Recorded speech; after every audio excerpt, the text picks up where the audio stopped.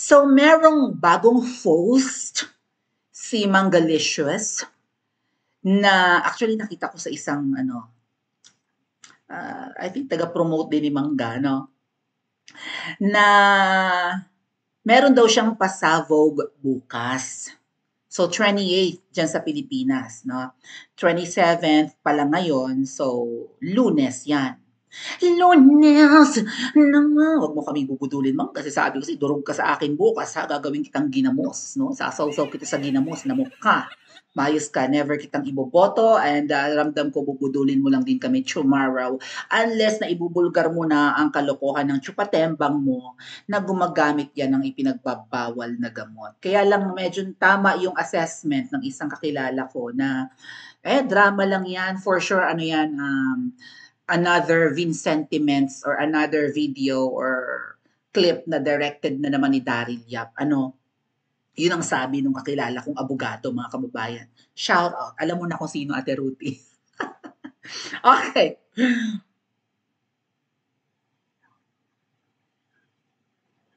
Galit daw siya kay Lulong. Kasi merong palabas sa GMA7 na lolong, right? Parang tao yun na nagka-transform into buhaya. Or maybe meron naman talagang buhaya na pinangalan ng lolong, right? Apakalaking buhaya somewhere yata in Mindanao. And napaka-rare kasi sobrang laki eh. Ilang siguro 3 tao yung haba tsaka ang laki ng buhaya, no? Pero patay na yata yung buhaya na lolong. Pero yun nga, gumawa yata ng teleserye ang GMA7 na si Ruru Madrid ba ang gumaganap noon. Hindi kasi ako masyadong nagbababad na sa TV. Kahit dito sa tinitiran ko ang TV nakatiwangwang sa nakatiwangwang. Picturean ko kaya yung TV nakatiwangwang din. Dali lang po. Yung TV hindi na nakalagay sa kanyang yung TV ko dito hindi na nakalagay sa TV sa istante, no. Nilagay ko na lang sa gilid ng aparato.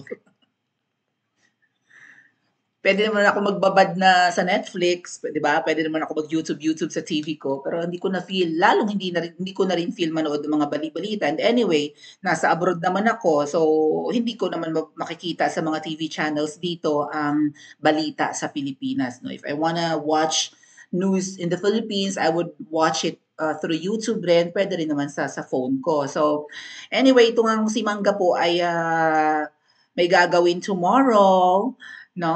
Na mukhang meron siyang ibubulgar kung sino ang lulong. So, ang unang pumapasok sa isip natin, mga kababayan, that's gonna be April 28 niyang ipapalabas nga or i-upload siguro sa kanyang Facebook page and even sa Vincentiments at saka sa personal account ni Daryl Yap ay patungkol sa kanyang galit di umano kay Lulong. Maraming meaning kasi yung lulong eh. Kung literal yan, di lulong sa ipinagbabawal na gamot, lulong sa alak, lulong sa sigarilyo, pwede ba yon? Lulong sa, ano pa, hindi naman yata nakakalulong ang babae. Lulong sa jugjuggan or whatever, 'di ba? Pero yung metaphorical or figurative na meaning ng lulong is lulong ka, pwedeng lulong ka sa kapangyarihan. So kapag ka hindi literal yung magiging vlog or video tomorrow ni Mangga, ay di si Tamba yung kanyang babanatan. Si Tamba, pwede mo ring associate sa lolong na buwaya kasi di ba buwaya si Tamba. Paminsan-minsan, Kyoboy. So, kung halimbawang si Martin Tambaloslos ang kanyang babanatan tomorrow sa kanyang short clip or sa kanyang video, whatever ang kanilang i-upload, no? Anong tawag sa ganyan? Kasi si Daryl Yap mahilig gumawa ng ganyan eh. And actually, nabanggit na rin ni Mangga before sa isang parang short videos na in-upload niya na may lulong na rin noon eh. May lolong na rin siyang binabanggit-banggit noon eh. Vincentiments yata yung nag-direct. So, kaibigan-kaibigan ni Aimee itong si Daryl Yap. So, I think kadramahan ito, no? Parang ano to, pautot, right? Parang ano lang, maiksing video, tatakbo lang ng 3 minutes to 10 minutes. Mahaba na actually ang 10 minutes. So, baka ang babanatan dito ni Aimee kasi sa picture nga po ay merong picture ng mata ng buwaya or mata ng ahas.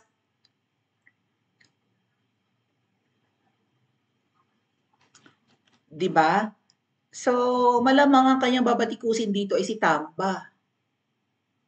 Ang pagiging lulong ni Tamba sa kapangyarihan, right?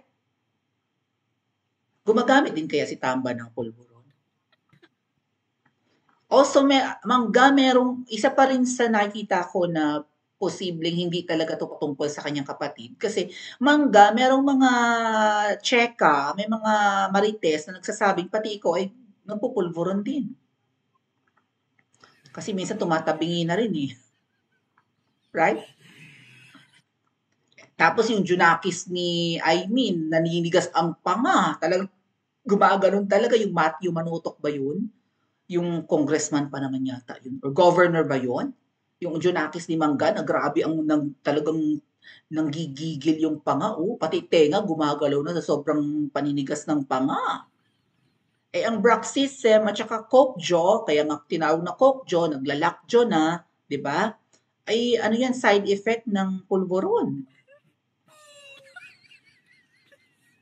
Kung ang mga Junakis ni Mangga nagpupulburon, bakit hindi niya magawa ng paraan? Tapos ano pa, politiko pa yung anak ni Mangga. Bakit pinapayagan mo na yung Junakis mo ay lulong din sa pulburon? Hindi kayo nagpupulburon ka rin? Gaano ka ka-busy bilang senador na hindi mo na nalalaman na ang Junakis mo ay may something kasi tumitigas na rin ang panga? Right? Now, kung ibubulgar ni Mangga ang kayang Chupatembang tomorrow na lulong sa ipinagbabawal na Jumotels, baka magkaroon ka pa ng karagdagang boto galing sa mga DDS kasi inilaglag mo na yung kapatid mo. Pwede mo ring ilaglag yung Jobaying Jahas. Saan lulong ang Jobaying Jahas? Lulong ba yan sa Jugjugan? Kasi may tseka na pinapatulan ng Jobaying Jahas ang mga PSG. Yung nagpakamatay di umano na PSG ay iyong nakahuli na siya ay chinuchokchak ng PSG. According to mismo Harlika. Siguro nagpakamatay o chinugi. May nakahuli raw eh. So, kung ilalaglag ni Mangga ang kanyang hipag na lulong sa pulburon, ano pa ang pwede mong ibulgar? Right? Bukod sa paggamit ng pulburon, lulong rin ba yan sa tsoktsakan? Baka mamaya lulong na rin yan sa kapangyarihan. Baka siya talaga ang nagmamaniobra, siya ang nagpapatakbo ng Pilipinas, tama? At hindi yung tsupatembang mo. Ano yan, hindi naman binoto ng mga Pilipino yung hipag mo. Bakit siya ang nagpapatakbo ng Pilipinas? Anong kadramahan itong pakulo mo bukas? Kasi mga kababayan, kung meron siyang ibubulgar, kung ibubulgar man niya yung kanyang kapatid na ngiwi na at dumudugo na yung gums, or ibubulgar din niya yung kanyang hipag, hindi ito para mag-create ng ng video. 'Di ba? Na magsasalita siya, tapos magdadrama siya na galit ako sa mga lulong sa kapangyarihan, galit ako sa mga nyodik sa pwesto, galit ako sa mga ganid sa salapi. Alam mo ang pinakamaganda mong gawin, Mangga, ay hindi gumawa ng video clip or vlog or short video. Ang dapat mong gawin ay formal na post, formal na invitation, na ikaw ay magkakaroon bukas ng press con. Mag-imbita ka pa ng media at mga vloggers. Ganun yon. Kasi kung seryoso ang iyong ibubulgar bukas, magpa-press con ka. Katulad ng ginagawa ni VP Sara, biglaan niya kung magpa-press con eh. Bigla na lang mag-a-announce na okay, may iimbitahang mga press people, may media na pupunta, magsasalita ang Vice President. Ganon. Formal, seryoso. Walang ek-ek, walang drama, walang acting. Okay? Hindi yung feeling ko, ano to parang teleserye ang gagawin mo Or TV show or what. At saka siguro ito para lang i-promote yung kanyang candidacy. Tama ba mga kababayan? Dahil kung gusto niyang ilaglag si Palaka, kung gusto niyang ilaglag si Ngiwi, press con yan. May iimbitahang media. Okay? Kasi mga kababayan, kung sa mga hindi nakakaalam, nagkaroon na to last year bago lumabas ang Pulveron video. Lumabas ang Pulveron yata August or July, no? Or mga July kasi parang mag SONA. That right? Kasi July 6 or 7 kami pumunta ng Hong Kong for Hakbang ng Maisog. Pag-uusapan natin yan mamaya. Meron na namang kabangagan si WM. Okay, inaakusahan kasi na funded by China raw ang mga DDS vloggers. So marami kaming pumunta sa Hong Kong na isang territory ng China. And that was June 7. No. July 7 or July 6. So, narinig na namin na i-release yung Pulveron video. So, kung July 24 last year yun So, bago siguro yung Hong Kong namin or bago yung pagpapalabas ng Pulveron video sa US ni Miss Marlica and pinalabas din yata sa Canada, napag-usapan na sa GC ng mga inampalan. Okay, nandun si Mangga, nandun si VP Sara, nandun si Maharlika, nandun din daw si Daryl Yap, at kung sino-sino pa. I think nandun din si Spokes Harry Roque. Mga malalaking tao, GC ng mga malalaking tao, na napag-usapan daw na magpapa-interview na si Mangga sa GMA7.